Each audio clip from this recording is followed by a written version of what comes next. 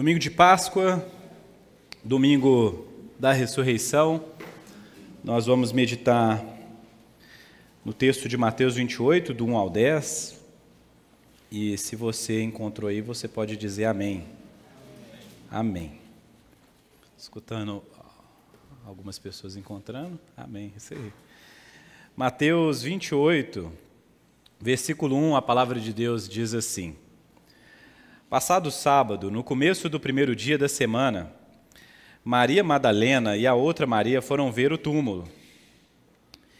E eis que houve um grande terremoto, porque um anjo do Senhor desceu do céu e, aproximando-se, removeu a pedra e sentou-se sobre ela.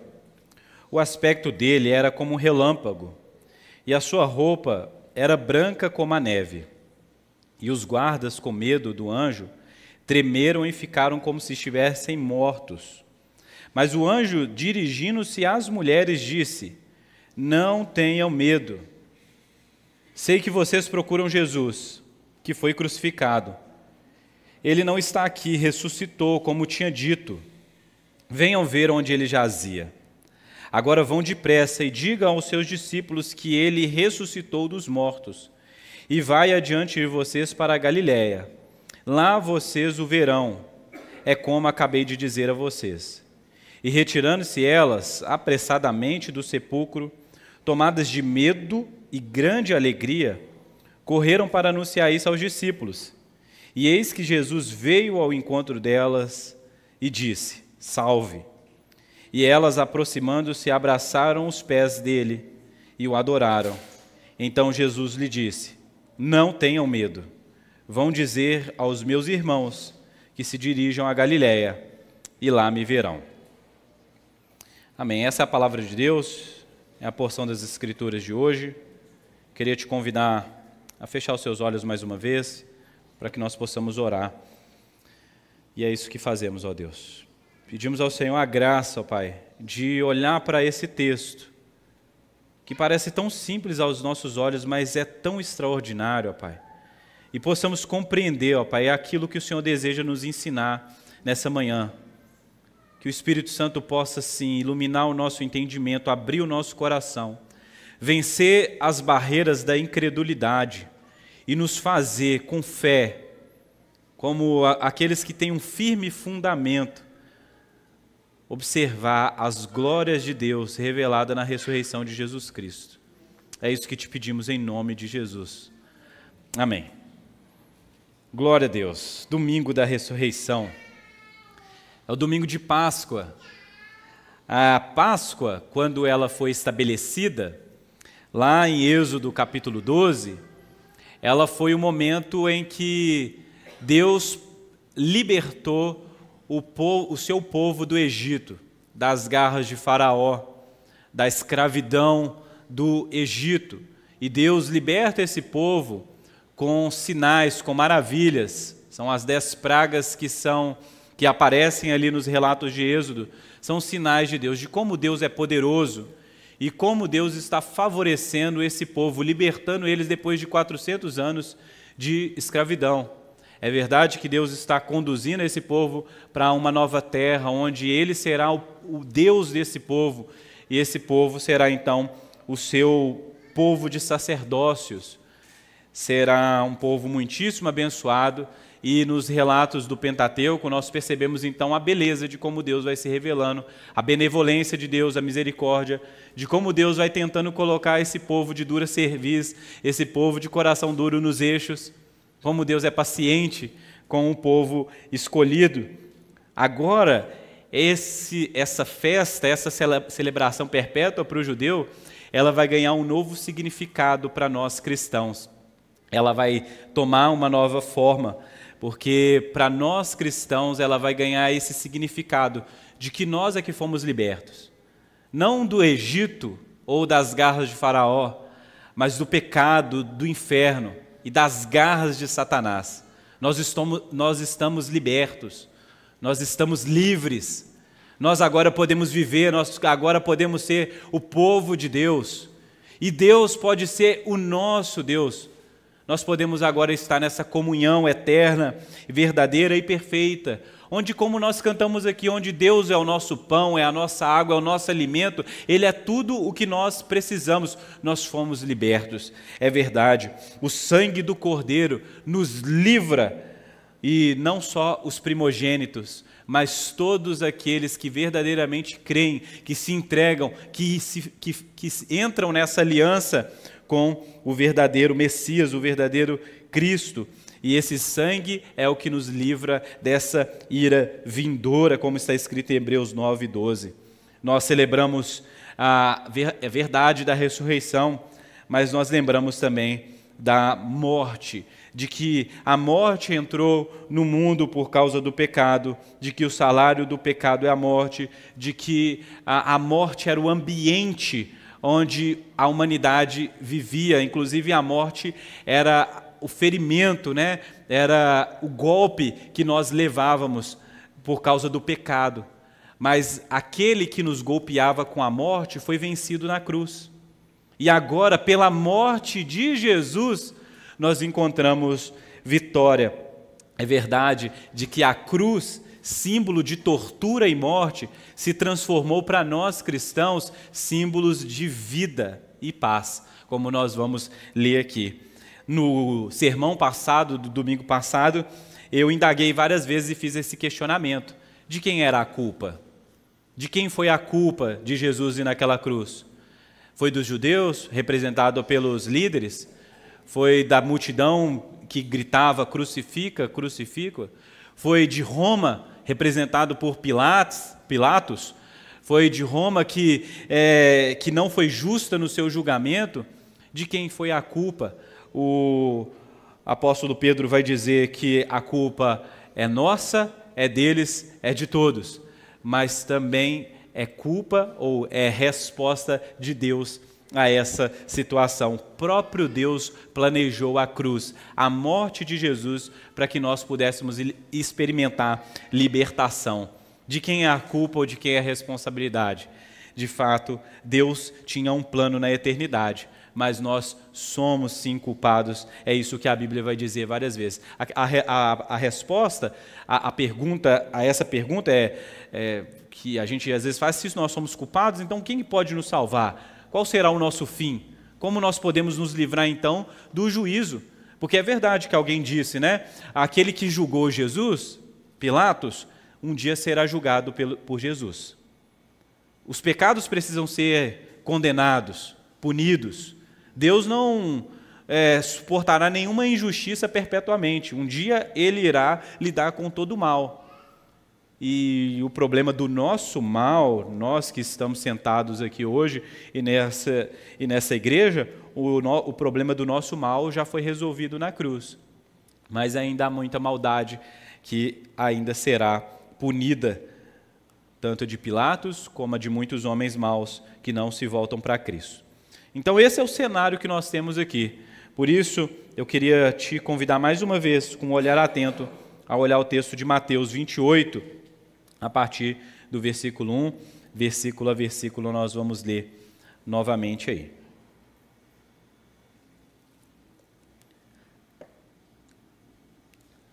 Passado sábado, no começo do primeiro dia da semana, Maria Madalena e outra Maria foram ver o túmulo.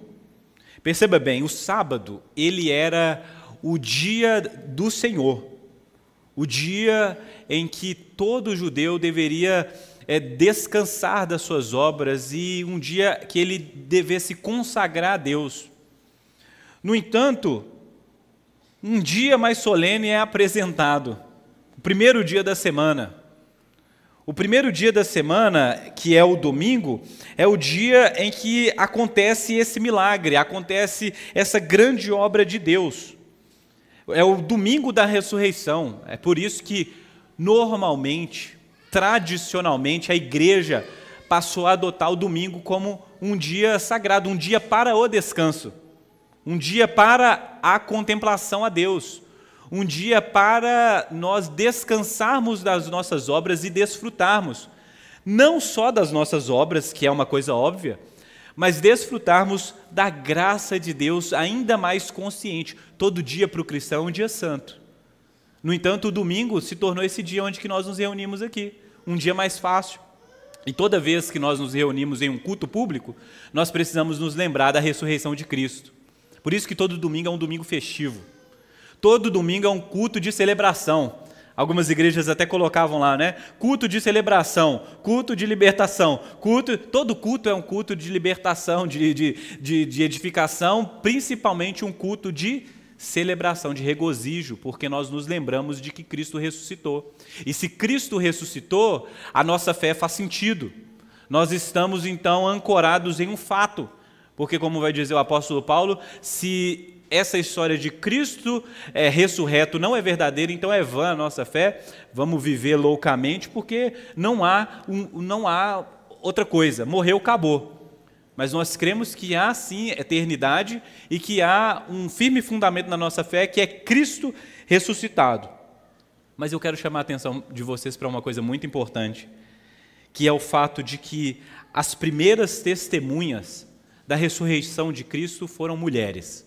Isso é extraordinário, porque normalmente, principalmente no texto antigo, a primazia de qualquer coisa é do homem. E eu não estou falando aqui nem de machismo, nem de feminismo aqui não. Eu estou querendo dizer como Deus vai invertendo a lógica das coisas. Assim como Ele muitas vezes favorecia com a bênção da primogenitura aqueles que não eram primogênitos, aqui Deus vai dar uma revelação especial primeiro para as mulheres que não eram as apóstolas, aquelas que eram encarregadas, que seriam as encarregadas de cuidar da igreja. Não, ele vai revelar primeiro para essas mulheres que vão naquela sepultura ungí-lo devidamente, como um bom judeu deveria merecer uma unção, e elas vão procurar um morto, um defunto, e elas não encontram ele. Essas mesmas mulheres vão ser surpreendidas primeiro pela alegria, por essa parte da Boa Nova que se chama ressurreição. Elas vão ser inundadas de alegria e de medo. Medo por saber que são pecadoras, de que não estavam na lista da prioridade, mas que Deus deu a elas essa graça, essa bênção de serem as primeiras a saber. E as primeiras a comissionadas a levar essas boas notícias para os irmãos, para os discípulos. Assim como no texto bíblico vai mostrar que as mulheres são as primeiras a saberem da maravilhosa notícia da ressurreição de Cristo, não há como negar o fato de que muitas de vocês, mulheres, foram as primeiras na casa de vocês também a encontrar com Cristo. O Cristo ressurreto, a mensagem das boas novas. Eu sei, alguns homens podem dizer, eu também, eu não estou querendo, mas eu queria dizer para você, mulher, que você pode ser uma evangelista, e de que você é uma evangelista, de que você pode consolar aqueles que estão aflitos, entristecidos, com a mensagem de que Cristo ressuscitou. É bom a gente falar isso numa igreja como a nossa, porque às vezes a gente percebe isso, de que às vezes as mulheres elas ficam assim, já que eu não vou ser pastora, já que eu não vou ser ali uma pregadora, o que eu vou fazer na igreja? Você pode continuar pregando o evangelho, você pode fortalecer outras pessoas, você pode ser surpreendida com a graça de Deus revelada aqui nesse texto que diz que Cristo ressuscitou e dizer às pessoas, a outras pessoas, de que Jesus não está no sepulcro, de que Jesus ressuscitou. Versículo 2 diz que eis que houve um grande terremoto, porque um anjo do Senhor desceu do céu e, aproximando-se, removeu a pedra e sentou sobre ela. Salmo 114 diz o seguinte: trema, ó terra, na presença do Senhor, na presença do Deus de Jacó. Quando Jesus ressuscita, há um grande terremoto. Inclusive a Bíblia vai dizer que há relatos extraordinários. Há relatos extraordinários de terremotos. É porque o Deus que criou céus e terra, está se manifestando. Jesus Cristo ressuscitou, trema a terra na presença do Senhor.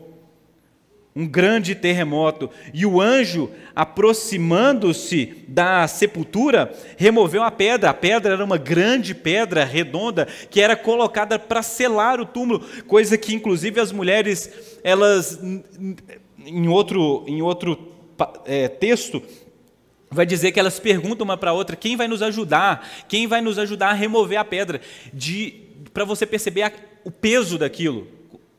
Um ser humano, duas mulheres não iam conseguir remover aquela pedra. O texto deixa claro que o anjo removeu a pedra não para Jesus sair, mas para as mulheres entrar. Jesus, no novo corpo glorificado, não obedece às leis da física. A gente vai ver isso nos relatos mais à frente, de que com portas fechadas Jesus não bate na porta, ele entra na casa. O corpo glorificado de Jesus, apesar de ainda ter carne, ainda ter osso, de Jesus ainda comer, de beber, como nós vamos ver, o corpo glorificado não obedece mais às leis da física como nós a conhecemos. A pedra é rolada, a porta se abre para que as mulheres entrem e vejam, não para que Jesus saia, porque não é os anjos que libertam Jesus da morte. É o próprio Deus, é o próprio Espírito Santo que vivifica o corpo de Jesus. É obra de Deus, é Deus quem ressuscita Jesus. É um poder divino atuando na natureza humana. Isso é extraordinário. As mulheres estão, então, entrando nessa tumba, entrando nesse lugar, para ver se Jesus está lá, e elas não veem. A rocha, a pedra que é rolada representa o poder e o último poder do homem. O que o homem pode fazer? Qual é a última força que o ser humano pode exercer sobre alguém? Matá-lo, assassiná-lo. Um homem pode fazer isso com outro homem. Os homens fizeram isso com Jesus. Essa é a última instância do poder humano. A maldade que nós podemos provocar em alguém. Esse é o último ferimento que nós podemos fazer a uma pessoa. Sepultá-lo. Encarcerá-lo na morte.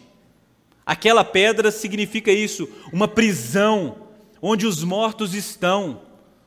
Mas claramente o anjo remove essa pedra, demonstrando os poderes divinos, demonstrando os poderes da eternidade, os poderes eternos, de como a eternidade vence a morte, de como a eternidade tem o poder para libertar o homem da morte, desse último sofrimento, ou desse sofrimento mais terrível que nós podemos enfrentar. Nós podemos ser torturados, nós podemos ser privados de comida, dos nossos familiares, mas o pior sofrimento que alguém pode nos impor é a morte.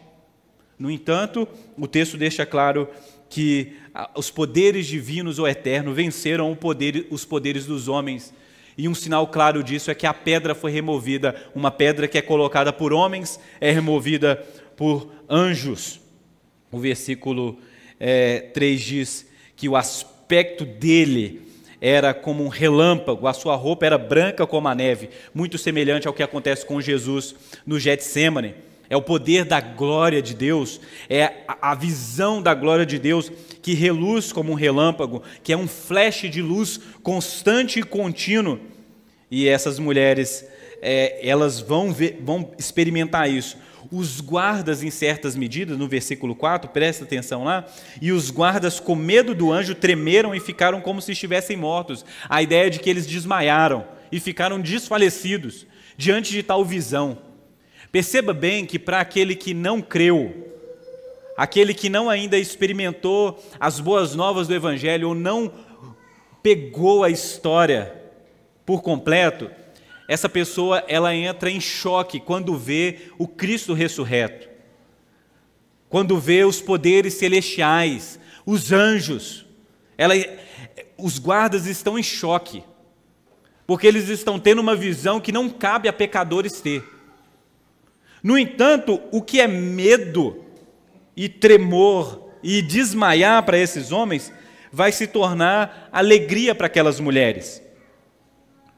Versículo 5, mas o anjo dirigindo-se às mulheres disse, não tenha medo, porque é natural que qualquer um de nós ao ver um anjo, tremamos, porque nós estamos convencidos que nós somos pecadores, de que os nossos pecados são uma abominação contra Deus, que os nossos pecados, eles fazem inimizade entre nós e Deus. No entanto, o anjo diz para nós, não tenha medo, semelhante aos anjos que aparecem quando Jesus aparece, ele nasce, como ele anuncia para os pastores, como ele anuncia, não tenham medo, o Jesus, o Salvador, chegou. Agora o anjo está dizendo para essas mulheres, não tenham medo, o Jesus, o Cristo, o ressurreto, é a paz de vocês, não tenham medo, porque a ressurreição de Cristo significa para vocês não condenação, mas salvação, de que a oferta foi aceita, a oferta pela culpa, a oferta pelo pecado, a oferta de Cristo, ela é perfeita e foi aceita, não tenham medo. O susto que os guardas têm é esse de estar diante de algo extraordinário. Eles estão perplexos, eles estão atônitos, mas eles não conseguem compreender as boas novas e não são consolados com elas. No entanto, nós somos consolados nessa manhã com as mesmas palavras que são ditas àquelas mulheres. Não tenham medo, não tenham medo. Cristão, você não precisa viver com medo. Medo da morte, medo do mundo, medo da crise econômica, medo da perseguição. Não tenha medo. A mensagem de Cristo para nós é coragem, porque Cristo ressuscitou. O máximo que os homens podem fazer com a gente é isso, é nos matar. Mas não tenham medo. Você tem medo de morrer? Não tenha medo. Paulo e Silas na prisão, acorrentados, ameaçados. Talvez os outros presos estão pensando, será que eles vão nos matar? Paulo e Silas cantam, oram, celebram. Por quê? Porque o máximo que os homens podem fazer com a gente é nos matar, mas nós não somos mais levados, governados por isso. Não é a morte mais que define como é o nosso sentimento em relação ao futuro, mas sim o fato de que Jesus ressuscitou. E se Cristo ressuscitou, não é vã a nossa fé. Se Cristo ressuscitou, significa que todas as suas promessas são verdadeiras. E se Ele disse que nele haveria vida, nele haveria novos céus e nova terra, nele haveria um futuro. Se Ele disse, ainda hoje estará comigo no paraíso, então todas essas palavras são verdadeiras. E nós podemos nos apegar a cada uma delas, e não mais naqueles outros temores que nos cercam. Não tenha medo, é o que as mulheres escutam, é a palavra de consolo do anjo para ela. O anjo brada, não tenham mais medo da morte, do império romano, do juízo dos homens. Jesus ressuscitou, Deus é mais forte do que a morte, não tenham medo. Eu sei que vocês procuram Jesus, que foi crucificado, o elemento que ele foi crucificado.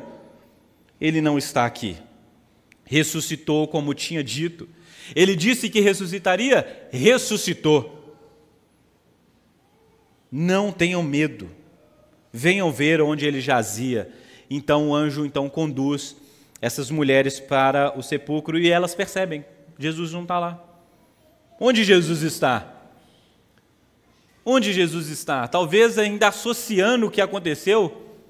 Onde Jesus está? Alguém tirou o corpo de Jesus desse lugar? Onde Jesus está? Mas o anjo diz, versículo 7, agora vão depressa e digam aos discípulos que ele ressuscitou dos mortos e vai adiante de vocês para a Galileia, lá vocês o verão. É como acabei de dizer a vocês. Vai nos irmãos e contam para eles, eles estão com medo, eles estão apavorados. Se você continuar lendo o texto, é isso que vai dizer, que eles com portas fechadas estão com medo, porque se eles torturaram e mataram o seu mestre, o que será dos discípulos? Os discípulos estão com medo. Será que nós vamos experimentar o mesmo sofrimento que Jesus experimentou? Tranque as portas, fala baixo, não deixa ninguém perceber que a gente está aqui reunido não, porque se eles fizeram isso com Jesus, eles vão fazer isso com a gente também e será um fim. Toda a alegria de andar com Jesus, da multiplicação dos pães, o Pedro que andou sobre as águas, aqueles que experimentaram os milagres, tudo isso estava sendo ofuscado pela morte de Jesus, pela brutal morte de Jesus. Toda essa alegria que era viver com Jesus estava sendo ofuscado porque eles mataram Jesus, eles torturaram Jesus e Jesus não teve chance contra esse terrível poder. Roma e os judeus se voltaram contra Jesus. O que será dos discípulos? Mas o anjo está dizendo: não tenha medo, não tenha medo, vai lá, vocês mulheres, vocês têm essa missão de ir lá e preparar o coração deles, porque Jesus também está indo. Cheguem lá e dizem: Jesus ressuscitou e Ele está indo encontrar com vocês na Galileia. Grande missão essas mulheres receberam nessa manhã de domingo. Não tenham medo. Jesus não está no túmulo, Ele ressuscitou. Ele ressuscitou pelo poder do Altíssimo, como diz Romanos 6, versículo 4 e Efésios 1, 20. Do mesmo modo como tinha sido concebido pelo Altíssimo, da mesma forma milagrosa que Jesus foi concebido pelo poder do Espírito Santo, Ele também foi ressuscitado pelo poder do Espírito Santo. Não há essa história é um paradoxo. Essa história é uma coisa que realmente, se você aqui e você não consegue chegar nessa parte da Boa Nova, então não há esperança para você. Mas se você passou disso, se você consegue crer com convicção de que, da mesma maneira milagrosa que Jesus foi concebido pelo poder do Espírito Santo, Ele também foi ressuscitado pelo poder do Espírito Santo, então você pisou nesses céus. Como diz o Martinho Lutero, quando compreendeu a doutrina da justificação pela fé, de que seus pecados eram tão duros e terríveis, que eles estavam a um abismo de distância de Deus, e não somente isso, mas também estava colocado numa posição de receber toda a ira e condenação de Deus. No entanto, quando ele olha para a cruz de Cristo e para a sua ressurreição, ele percebe que não foi ele que proveu para si mesmo salvação, justificação, santificação, dignidade, mas foi Jesus naquela cruz, o Cordeiro de Deus, que foi aceito. E esse mesmo Jesus que se entregou como um cordeiro, como uma oferta, é o mesmo Jesus que ressuscitou. O Martinho Lutero diz: foi nesse momento que eu pisei e os portões dos céus se abriram para mim. Crer na ressurreição é experimentar desse mesmo poder, de que os portões do céu estão abertos, escancarados para nós, pela fé. Essa é a mensagem da ressurreição. Nossa fé, ela está estabelecida em um firme fundamento, como diz Hebreus capítulo 11. O que é fé? Fé é a certeza, a convicção de fatos que não se veem. Que fatos que nós não vemos? Ah, não, Tiago, é a minha casa. Eu não vejo a minha casa, mas eu já declaro, é a minha casa. Ah, é o meu carro, então eu não vejo, mas eu estou declarando. Não tem nada disso. Isso é bobeira que se aprendeu aí nesses lugares aí. Fé é a firme convicção em um fato, e um fato é uma coisa que já aconteceu, é uma coisa no passado, é uma coisa que a gente olha para trás, é um fato que eu acordei hoje pela manhã, é um fato que eu tomei banho, é um fato que eu fiz é um fato, está lá no passado. E o nosso passado, a gente olha para trás e a gente olha para um Cristo crucificado, mas que não está mais lá, ressuscitou, é um fato. É uma convicção em algo que aconteceu na história há 2000 anos atrás. Nós não cremos em um Jesus fictício. Nós não somos seguidores da filosofia de Jesus. Ah, o Jesus é o maior filósofo que já existiu, mas o psicólogo, bobeira também, outra bobeira. Jesus é Deus. O Deus que se fez carne habitou entre nós, cheio de graça e verdade, e nós o vimos, como vai dizer João. Ele disse: nós o vimos, nós o tocamos. Ele foi cravado numa cruz, as pessoas escutaram os seus gemidos, os seus gritos, as suas palavras, as pessoas comeram com ele, beberam com ele. É um fato, um homem existiu, Deus existiu como um homem, foi crucificado e ressuscitou. Inclusive, se você olhar para as Escrituras, o Lucas vai dizer, e os textos vão dizer, que Jesus, depois da sua ressurreição, antes de ascender aos céus, ele aparece para mais de 500 pessoas. Os discípulos, as mulheres, pessoas, ele vai aparecendo, 500 pessoas vão ver Jesus. Deixa eu te dizer uma coisa, as pessoas não morrem são massacradas por 2000 anos por uma ficção. Os discípulos não se lançaram a pregar um Jesus ressurreto por diversão, para sustentar uma mentira. Ninguém é maluco a esse ponto, ao ser privado da sua família, ao ser privado da vida. Ninguém faz isso por diversão, por mentira. Qual é a glória desses caras aqui em sustentar essa história de que o nosso Deus, o nosso Senhor foi crucificado? Eu também quero essa glória. Quem é maluco de fazer isso? Somente pessoas que viveram isso, viram com os seus olhos, experimentaram Deus conosco. Essas pessoas podem ir com convicção pelo mundo, dar a sua vida. Nossa fé está estabelecida em um fundamento, e esse fundamento é Cristo ressuscitou. Ele foi morto, mas ressuscitou. Digam aos discípulos que privilégio é nós olharmos para aquilo que também nos é incumbido por Jesus, dizer as boas novas de que Cristo ressuscitou. É verdade, nós temos que olhar para o nosso pecado, nós precisamos olhar para os poderes de Satanás que operam na humanidade, mas essa é uma parte da notícia, não é toda a notícia. A notícia é que Cristo venceu a morte, venceu o pecado e venceu o inferno, venceu Satanás, nos deu nova vida, nos fez uma comunidade e nos prepara um futuro. Digam isso às pessoas, digam isso a todas as pessoas, seja em Jerusalém, na Galiléia, na Judéia, até os confins da terra, onde vocês forem. Inclusive, Jesus falou para pregar o evangelho até os confins da terra e a gente não percebeu que essa mensagem já se cumpriu. Que essa verdade já se cumpriu.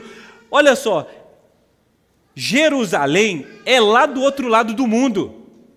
Jesus está dizendo, a partir de Jerusalém, que o evangelho precisa ser pregado em Jerusalém, na Judéia, em Samaria, até os confins da terra.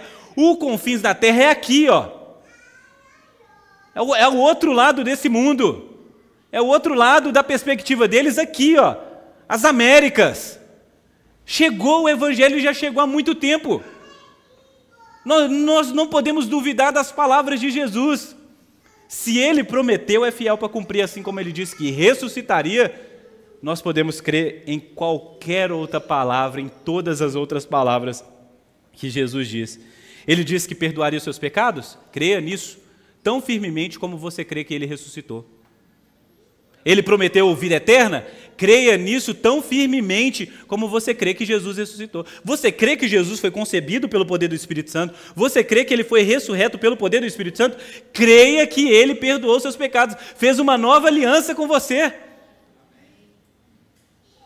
Você pode viver essa realidade a partir de hoje já.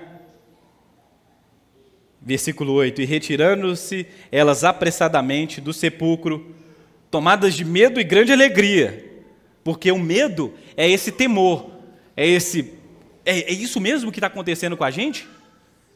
É isso mesmo que está acontecendo? Um anjo apareceu, a gente falou com um anjo, é experimentar uma coisa tão verdadeira que você ainda fica se questionando, eu estou aqui mesmo? Eu ouvi isso mesmo, me belisca, será que eu não estou sonhando? Mas não é um medo que inunda a sua alma e te paralisa, mas é uma alegria que te coloca para frente. É uma grande alegria que te faz correr para anunciar essa verdade aos discípulos. E eis que enquanto elas estavam correndo, e eu não imagino isso aqui como uma corridinha essas de trote que a gente faz nessas corridas de 5 quilômetros. É aquelas corridas que a gente está desesperado para chegar, que a gente vai tropeçando nas nossas próprias pernas e um vai segurando o outro, que eu vou correr para contar isso. Nós vimos um anjo, mas essa corrida ela é interrompida porque Jesus aparece. Isso é extraordinário. Versículo 9: e eis que Jesus veio ao encontro delas, como de praxe. Jesus, ele sempre vai ao encontro. A gente acha que é a gente que está correndo atrás de Jesus, buscando Jesus, indo atrás de Jesus, mas Jesus, ao longo de todos os evangelhos, ele está indo intencionalmente se encontrar com as pessoas. E aqui, mais uma vez, ele está indo ao encontro dessas mulheres que estão correndo para os discípulos. Jesus vai ao encontro delas e diz: salve, salvação, salvação. Um cumprimento que era para transbordar em paz, inundar em segurança. Salve, salvação, saúde. E elas, aproximando-se, vendo ele, abraçaram os pés dele e o adoraram. Coisa típica que as pessoas faziam quando elas viam um rei. Quando o rei vinha ao encontro de qualquer súdito, as pessoas se prostravam e curvavam sobre os seus pés. Mas um rei não podia ser adorado. As pessoas poderiam se curvar diante dos pés de um rei, em sinônimo de submissão, em sinônimo de que nós reconhecemos a sua autoridade, o seu poder, a sua dignidade. Mas elas não estão vendo Jesus apenas como um rei. Ele é sim um rei, mas é o Rei Deus. É o Rei Deus. É o Rei que nós nos prostramos e o adoramos, bendizemos. Louvores merecem ser produzidos. Canções merecem ser entoadas. Nós precisamos adorar a Jesus porque Ele é Deus, é o Rei Deus. E essa mensagem, esse tema é uma coisa muito interessante, porque esse é o plano de Deus o Pai, para transformar o seu Filho em Rei. Rei do mundo, Rei de todo o universo. De que Jesus veio, sim, como uma criança, amém, glória a Deus, até a inteligência artificial interagindo aqui, mas esse Jesus, ele vem como um menino, mas ele vem também como esse rei anunciado, e a cruz é a coroação de Jesus, a cruz e ressurreição é a coroação de Jesus como Deus Rei, recebendo todo o poder e majestade, toda a dignidade que pode ser dada a alguém, elas o adoram. Por isso que você deve adorar Jesus. Por que nós cantamos para Jesus? Porque Ele é Deus. Por que nós cantamos para Jesus? Porque Ele é Rei Deus. Nós levantamos as mãos, nós fazemos canções, nós oramos, ajoelhamos, ficamos de pé, a gente faz tudo aqui, é oferta, a gente se arruma, a gente evangeliza, a gente faz ação social, a gente evangeliza, a gente faz um tanto de coisa, você trabalha, você cuida dos seus filhos. Tudo isso é uma tentativa de seres humanos como nós, que fomos agraciados de adorar a Jesus, com tudo que somos, com tudo que temos, de todas as formas que nós podemos. Nós queremos reconhecer a majestade, a dignidade, a nossa gratidão, porque esse Rei Deus é o mesmo Cordeiro Pascal que é entregue por nós naquela cruz. Adorar a Deus não tem nada a ver com só vir aqui domingo de manhã. Vir aqui no domingo de manhã, cantar algumas músicas, ouvir uma pregação, é uma parte. A adoração é a vida do cristão. É uma vida consciente de que Cristo é o seu Deus, Rei, Salvador, Senhor.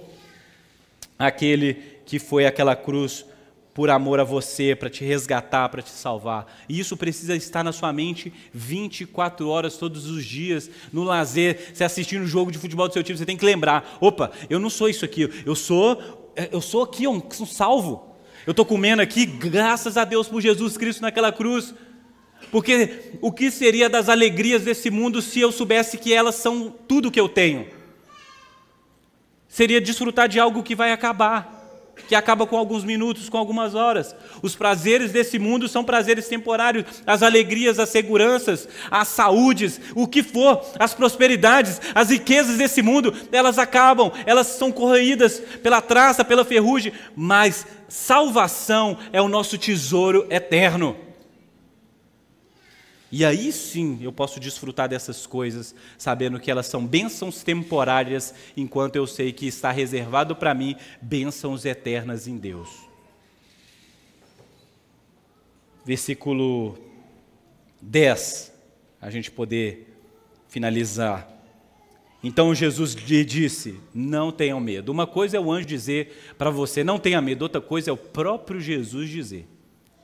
Uma coisa extraordinária é o anjo dizer, não tenha medo, mas outra coisa é de Jesus para você, não tenham medo. Não há mais motivo, não há mais dor, não há mais morte, como diz o apóstolo Paulo em Romanos. Nem a profundidade, nem a altura, nem anjos, nem demônio, nem principados, nem potestade, nem perseguição, nem abundância, nada pode nos separar do amor de Deus, nada mais pode tirar a nossa paz, nada mais pode nos impor o medo, porque nós estamos salvos. Não tenha medo. Vão dizer aos meus irmãos que se dirijam a Galiléia, e lá eles me verão. Nós possamos dizer às pessoas à nossa volta, não uma Galiléia geográfica, mas dizer, vá para Jesus, vá para a palavra de Deus, vá para esse livro sagrado, dobre-se de joelho aí onde você está agora mesmo e vá para Jesus, porque lá você encontrará Ele, e se Ele encontrar você, paz, alegria, salvação. O sacrifício foi imolado e aceito por Deus. A obra de redenção está feita, não há mais medo. Não há mais medo. Os nossos inimigos foram vencidos, não há mais medo. Não mais culpa, mas agora uma nova aliança foi estabelecida, superior, completa, eterna, verdadeira. Tudo firmado no fundamento que é a obra de Cristo Jesus. Por isso que nós podemos celebrar. A gente não precisa mais andar cabisbaixos por aí, tristes, desanimados, como se o mundo fosse só isso. Ah, Tiago, você viu, estourou guerra lá não sei aonde. Ah, Tiago, você não viu fulano de tal. Ah, eu estou doente, eu estou com uma doença que eu não vou ter muito... Tudo bem, triste mesmo. Não há motivo para celebrar a dor que o pecado nos causa. No entanto, a nossa vida e a nossa esperança não está mais definida por essas coisas. Nós podemos nos alegrar em meio a qualquer tipo de sofrimento. Nós podemos viver como realmente pessoas que sabem que em um abrir e um piscar de olhos nós vamos experimentar esse Cristo ressurreto. Não somente isso, mas lá em 1 Coríntios capítulo 15, Paulo vai dizer que nós também receberemos um corpo como esse de Jesus. Nossa esperança está na vida. Nossa esperança, sim, passa pela morte de Jesus, mas Cristo ressuscitou. O Evangelho só é pregado quando vida, morte e ressurreição de Cristo forem anunciados. O fato de que Jesus viveu é interessante, mas não resolve o nosso problema. O fato de Jesus morreu é muito importante, mas se Cristo não houvesse ressuscitado, não valeria de nada, mas Ele ressuscitou. Vida, morte, ressurreição. Esse é o Evangelho. Nenhuma parte disso isolada da outra, mas esse todo é a nossa mensagem, é o Evangelho. É por isso que a frase, a morte de Jesus matou a morte, faz todo sentido. Se a morte era o inimigo brutal da humanidade, porque é o último golpe do pecado, o salário do pecado é a morte, agora a morte de Jesus mata a morte. Como vai dizer Paulo, onde está, ó morte, o seu aguilhão? Onde está, ó morte, a sua vitória? Diante de Jesus você foi derrotada. A morte de Jesus, ela minou toda a força que a morte causada pelo pecado poderia causar em nós, os salvos. Se desde Gênesis a gente está proclamando isso, de que a morte é paga com morte, né? De que alguém precisa morrer, seja um cordeiro, seja um pombo, seja qualquer um dos sacrifícios, alguém precisa morrer para que outros possam viver, agora Cristo morreu. E se Cristo morreu, a sua morte, como vai dizer o livro de Hebreus, ela é definitiva. A morte expiatória de Jesus, ela é definitiva, é de uma vez por outra. Jesus não precisa ficar morrendo todas as vezes. Como diziam lá, como os católicos celebravam a ceia, e toda vez que o pão estava ali, o cálice, eles falavam, aqui, ó, Jesus, mais uma vez naquela cruz, o sacrifício mais uma vez sendo... Não, Jesus não morre de novo na cruz, na cruz quando nós estamos ceando. Nós lembramos daquela morte que foi de uma vez por todas. É poderoso, a morte de Jesus ela é poderosa para nos garantir vida, segurança. A cruz ela não foi improviso. A cruz ela é a culminação do plano eterno de Deus. Lembra disso, a cruz não é um acidente, um percalço. A cruz é o plano definitivo de Deus para salvar a humanidade. É nela que nós temos sido santificados. O Calvino é que dizia, que na cruz, Cristo tomou sobre si a morte, para que nós pudéssemos experimentar a vida. Cristo pega todo o pecado que nos causava morte e leva sobre si. Experimenta a morte, para que nós pudéssemos receber vida. Tragada foi a morte pela vitória. Onde está a morte, a tua vitória? Onde está a morte, o teu aguilhão? É o que diz Paulo em 1 Coríntios capítulo 15. O túmulo está vazio. E essa é a nossa certidão de que o inferno foi derrotado. Um outro reformador importante, Martinho Lutero, diz essa verdade ao dizer que a vida eterna nossa começa na ressurreição de Cristo. Se Ele não ressuscitou, não faz sentido nenhum, mas a nossa vida eterna começa nisso. Tiago, quando que é a vida eterna? A vida eterna já começou. Quando que é a vida eterna? Quando eu morrer e ressuscitar? Não. Você é salvo? Você creu em Jesus de todo o seu coração? Já começou a vida eterna. Nós já podemos experimentar esse antigosto daquilo que vai ser a eternidade. O Spurgeon que vai dizer também sobre esse fato, a morte cravou os dentes em Jesus e quebrou.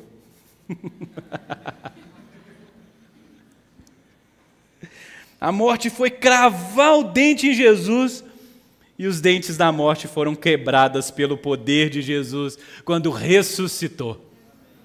Esse é o nosso Deus. O maior inimigo que a humanidade poderia experimentar foi vencido por Jesus. É a nossa alegria, é a nossa vitória. Apocalipse 1,18, para terminar, diz que lá é revelado o Cristo glorificado, dizendo: estive morto, mas eis que estou vivo pelo século dos séculos e tenho as chaves da morte e do inferno. Ele venceu, ele tomou o poder da morte e do inferno nas mãos. É o Cristo vitorioso, é o Cristo que vence na cruz, um ato que a gente olhava e falava, não. É quando você assiste o filme e você não acaba de ver o final. Você vê só ali o herói sofrendo. Não é possível, não sei o quê. De repente, o herói dá a volta por cima. E nessa história, Jesus é o nosso herói e Ele nos salvou. Essa é a mensagem da Páscoa. O que significa Feliz Páscoa? Feliz para quem recebeu Cristo como seu Senhor e Salvador. Feliz para quem sabe que os seus pecados foram perdoados. Feliz para quem foi presenteado por Deus com fé para crer. Nesse tanto de absurdos que eu acabei de dizer aqui nessa manhã. Para a humanidade isso aqui é um absurdo, não faz sentido nenhum. Um menino nascer sem a participação ali do pai. Alguém ressuscitar por intermédio do quê? Do divino? É um absurdo para o mundo. Mas para nós é o firmamento da nossa fé. Que você possa sustentar isso o resto da sua vida. Se o mesmo Jesus que encontrou com os discípulos não voltar, que chegar lá você não experimenta nem morte. Se ele voltar, você não experimenta nem morte. Eu espero que assim aconteça com a gente. Amém? Fique de...